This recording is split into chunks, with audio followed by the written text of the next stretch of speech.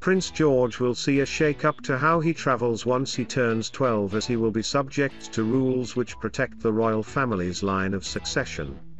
Currently, Prince George travels with his mum and dad, Prince William and Kate, when they go to engagements either via plane or other modes of transports.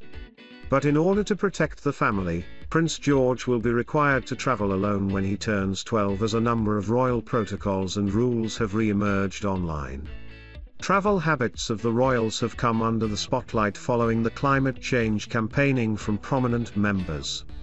Kate and Prince William arrived at the Earthshot Prize in a fully electric Aldi car and have been seen flying commercially to lessen their carbon impact.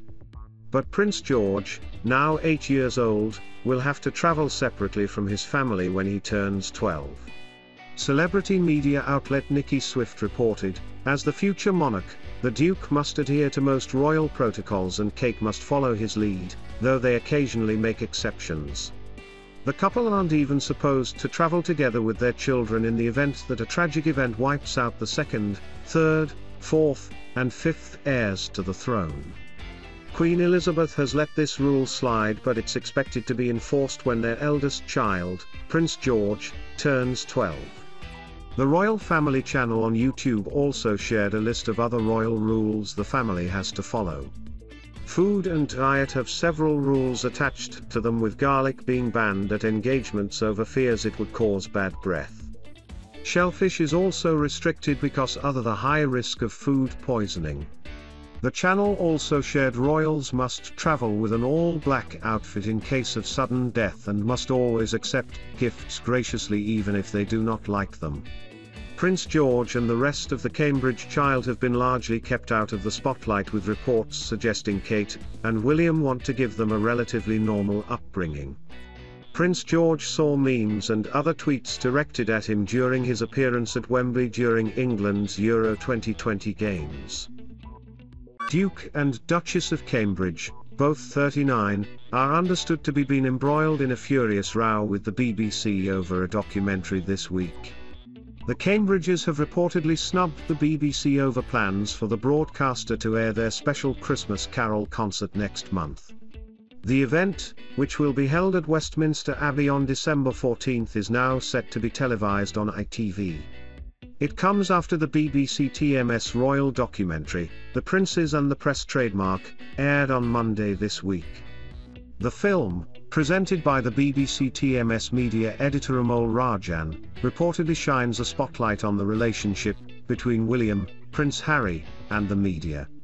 However, it drew a furious response from the Cambridges and other senior royals, who accused the BBC of propagating overblown and unfounded claims. The row is unusual for William and Kate, who usually steer clear of controversies compared to some other royals. Relationship expert Neil Wilkie has analysed the couple TMS relationship for express.co.uk, tipping them for a bump in the road once Charles succeeds his mother, the Queen, as monarch. The expert claimed that Kate and William, who tied the knot in 2011, have been fairly plain sailing in their relationship so far. However, he said, the next bump in the road will be when Queen Elizabeth dies, and Charles becomes king. That's going to be the point at which William will have a clearer idea of how many years it's going to be before he becomes king. The Queen has been resting recently after it is thought she was advised by doctors to pare back her busy recent schedule. Britain TMS longest-serving monarch stayed overnight in hospital for the first time in 8 years last month as she underwent preliminary medical checks. Her Majesty TMS diary has been cleared of major events, including her appearance at the COP26 climate change summit in Glasgow.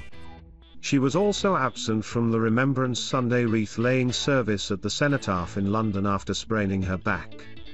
Charles is sometimes reported to want a slimmed-down monarchy compared to the Queen and is said to be planning a major shake-up of the royal family when he becomes king.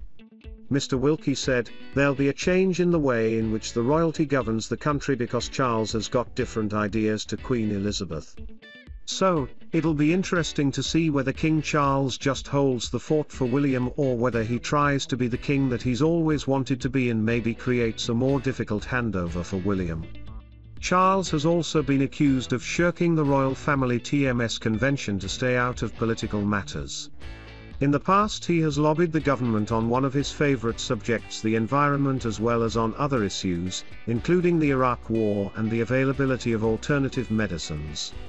Charles sent 27 letters to former Prime Minister Tony Blair TMS government between 2004 and 2005. Mr. Wilkie said, "He's obviously very strongly environmentally focused. He clearly has been in touch with ministers wanting to know what's happening. Wanting to in some subtle way shape government policy, which is very different from the way in which Queen Elizabeth has run the royalty." So, will he do that? Because I think William is in some ways more of a traditionalist than Charles is. I think William will be king much more in the image of his grandmother than in his father TMS. The heir apparent told the programme he was not that stupid to believe that his role as king will be the same as being the Prince of Wales. Mr. Wilkie is the author of the Relationship Paradigm trademark series of books and creator of the online couples therapy platform, The Relationship Paradigm. Queen has inherited a wealth of royal jewelry, from dazzling necklaces to eye-catching brooches.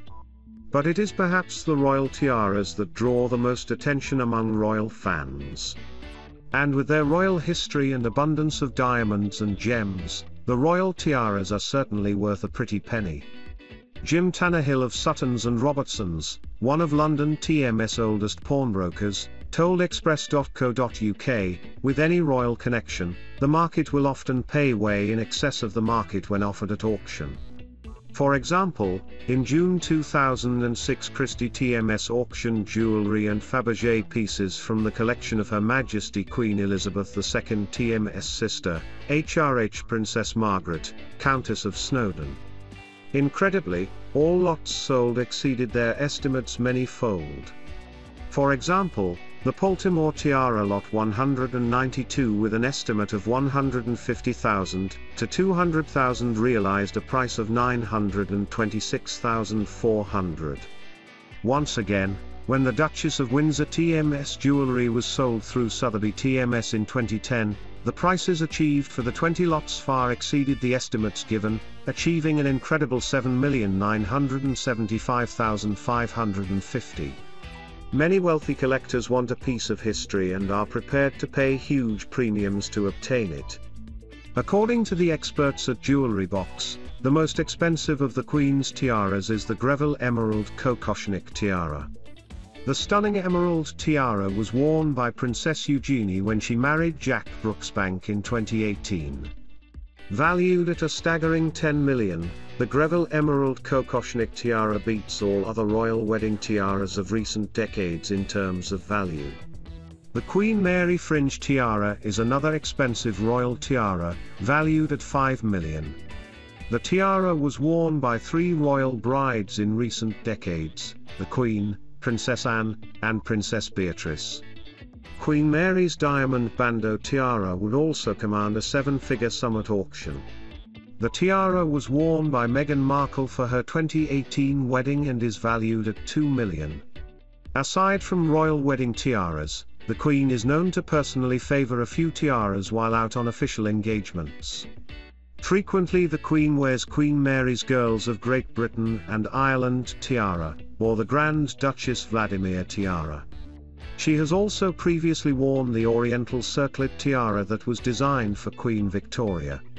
Mr. Tannehill of Suttons and Robertsons added, the stunning Queen TMS Oriental circlet tiara was designed originally for Queen Victoria in 1853 by her husband Prince Albert. It was made by Garrards in London and cost around $860 in 1853. The tiara features lotus flowers within 17 Mughal arches, which originally contained opals, thought to be one of Prince Albert TMS' favorite gemstones. It also comprises 2,600 diamonds. Queen Victoria was very fond of the piece and subsequently had a bracelet, earrings and necklace commissioned to match. It is understood that Queen Victoria left the tiara to the Crown, with the intention that it would be worn by future queens. It remains part of the royal collection.